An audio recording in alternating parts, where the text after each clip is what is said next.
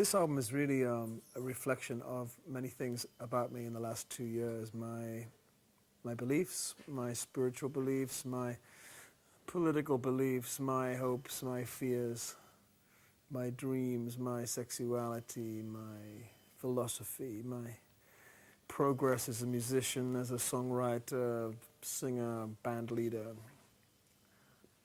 man. All of those things are represented on the record in some way, and it's a very honest overview of my whole life up till April the 30th is when I finished it. I may have moved on since then, but it's really a capsule about those 2 years of my life. That's like saying, you know, I have 6 children, like asking me which of my children is the favorite. You know, that I don't have a favorite. They're all special to me in individual ways, and they're all connected. You know, there are themes that run through each of them that are common to all of them. And so, you know, the title song is Sacred Love, which is really trying to bring together two ideas which are normally considered separate, which is spirituality and eroticism. They're normally considered two very separate things. In my mind, they're not. They're very connected. Well, you know, it has many facets to it. There's spiritual love. There's love of nature. There's love of the universe. There's love of your family, your children, your wife, your parents, your tribal group. There is romantic love. There is erotic love. All of those things are not separate. They're all different facets of one big phenomena. And my feeling in this point in history is that we find it easier to declare war than we find it to declare love. So we declare war on people, on nations, on races, religions, and yet we find it so difficult to say, I love you. And that's really the root of all of our problems. We're afraid of it. Why are we afraid of love? Because it seems overwhelming and terrifying. My advice in this record is to say you have to take that risk. You have to take the risk of being overwhelmed, even destroyed, because at the other side of that is something that fills the soul, that explains everything. So it's idealistic. It's not particularly a new idea. It's an old idea that I think we need more and more. I think at the core of all religion has this idea. You know, religion. The word religion means to reconnect with the world of spirit. And for me, I maintain that connection through music, because it is my religion. It's something that is a mystery. It's infinite. I will never get to the bottom of it. It's a journey I've been on since I was a very young person. It's a journey I want to continue until I die. And so this is my connection with God. And there are other ways. I mean, I mentioned sex. I mention art. Love of nature, love of the universe, love of the ocean, trees, animals. All of that stuff is part of being human, and how to reconnect with a higher level of consciousness. I think there may be a political component to that, a message, if you like. But the first reason I choose to do that is because I like the sound. I consider music to be a universal language, and therefore when I hear a sitar, when I hear intervals that are normally used in Eastern music, or rhythmic ideas that come from other cultures, I'm attracted to them because they're different and because I want to embrace them and bring them into my own music. If that, as a secondary issue, means that I'm trying to create a world music, then yes, I'm doing that. But the first emotion is that I enjoy the music. It's about love of music, not about a political statement. I think she's the heir to Aretha Franklin, in that, you know, Aretha was the queen of soul, and I think Mary J is the crown princess. I met her about 4 years ago. We sang together, and I was really impressed by her emotion, her ability to express raw passion. and her strength, and also on the opposite side, her vulnerability as a person. It's a very compelling contradiction. And so I decided I would try and write a song that she and I could sing. And I came up with this, Whenever I Say Your Name, I'm Already Praying, which is a kind of religious song, so it has a kind of gospel, soul flavor. And I sent the song to her, she liked it, and she said yes, she'd love to sing it. So I'm hoping that down the line it could be a single, and it's a nice song. Well, I'm not going to be critical, because if I was 17 now and I wanted to make a career in the music business or show business, I'm not sure if there are any other ways of doing it. You know, when I came up, I came through playing in bands in clubs and pubs, and there was a kind of circuit, but that circuit is disappearing for various reasons. So I'm not sure there are many other ways of doing it. I wish the clubs and the pubs were still doing music, because I think that's the ground floor of, you know, all the acts that went on to sell millions of records and became icons came from, you know, the Led Zeppelin and Cream, Oasis, the Beatles. They all came from this club circuit, and so did the Police.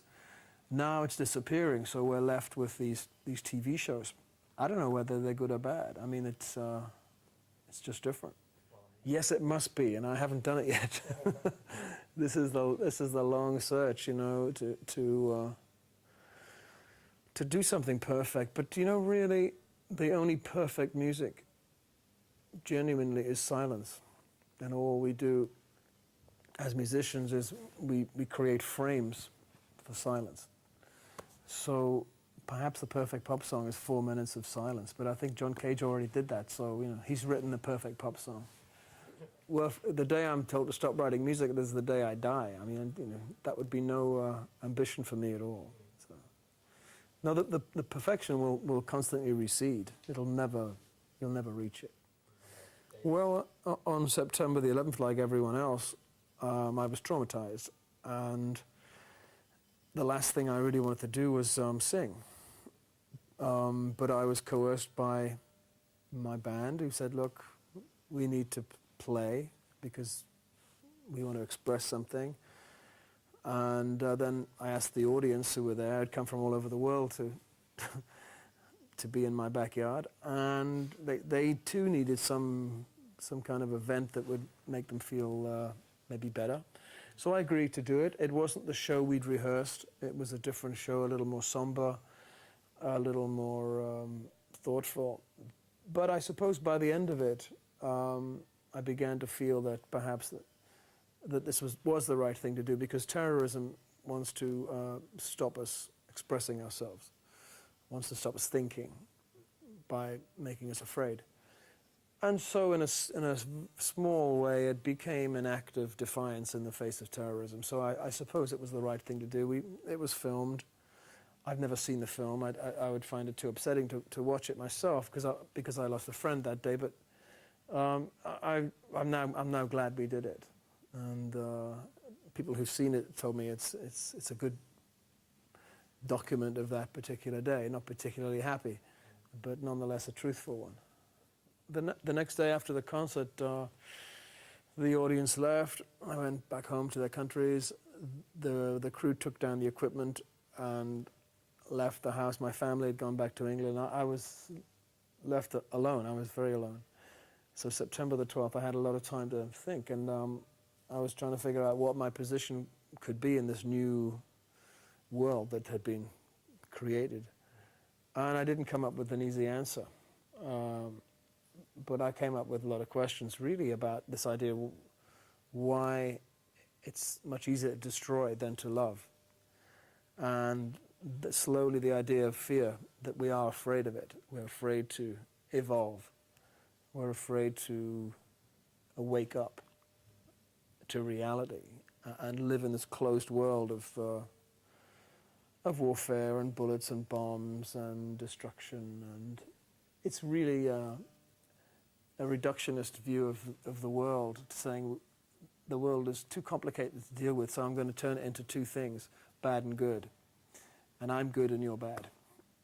And, you know, it's not just Osama bin Laden who does that. most of our political leaders do the same thing. They reduce a very complex world into black and white, us and them, bad, good. And I believe that the world demands complex analysis, it demands complex negotiation, complex philosophy, complex modes of thought. And most of our politicians are unable to, are unqualified to think that way. And so it's up to us. It's up to everybody. You know, my job isn't to teach. My job really is to express what I believe and to express my truth, my honesty. And in doing that by example, show that if everyone does that, then things will be better. I'm helped to do this by my fame, if you like, by my position in the world. And I can put records out, I can speak to you, I can speak to the television, I can make coherent answers to questions. So this is my forum, but I'm not here to teach. I'm here to say what I believe. You either accept what I say or you reject it. You act on what I say or you don't. It doesn't matter. I'm just telling you my truth. I don't want to be an idol. I really don't. You know, I'm 52 years old.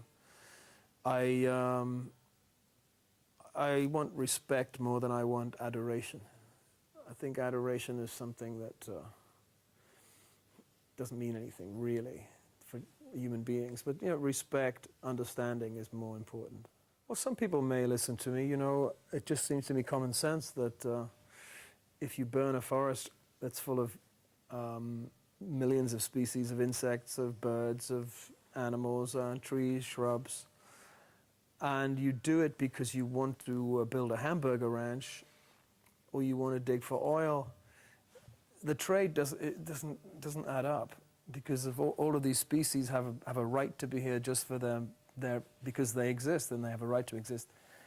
This simply doesn't weigh up. The hamburgers and the petrol, I'm sorry, that's common sense. And that's all I'm saying. I'm not saying bad, right or wrong. I'm just saying, look at the equation, and if it doesn't balance, then it's, you know, then fix it. Yeah, but you don't get money out of the species or the trees or the stuff.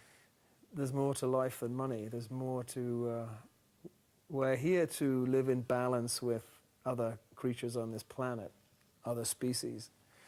We are not special. I really believe we're not special. We perceive the world, but we have no more right to live than an insect. Who said? I play it to my record company, and then the next stage is to play it to the people who've been supporting me for 25 years. So it's a nice thing to do. I consider them family as well. And the show is on Monday in Paris. But then in January, I begin a big tour. I start in the United States, and I'll tour for 2 years. I'll come to Europe in April, May, June. And then we'll see how far we can go. I mean, I toured the Middle East last time. I'm not sure I can do that this time because of this situation there. But this is my sadness, but maybe one day.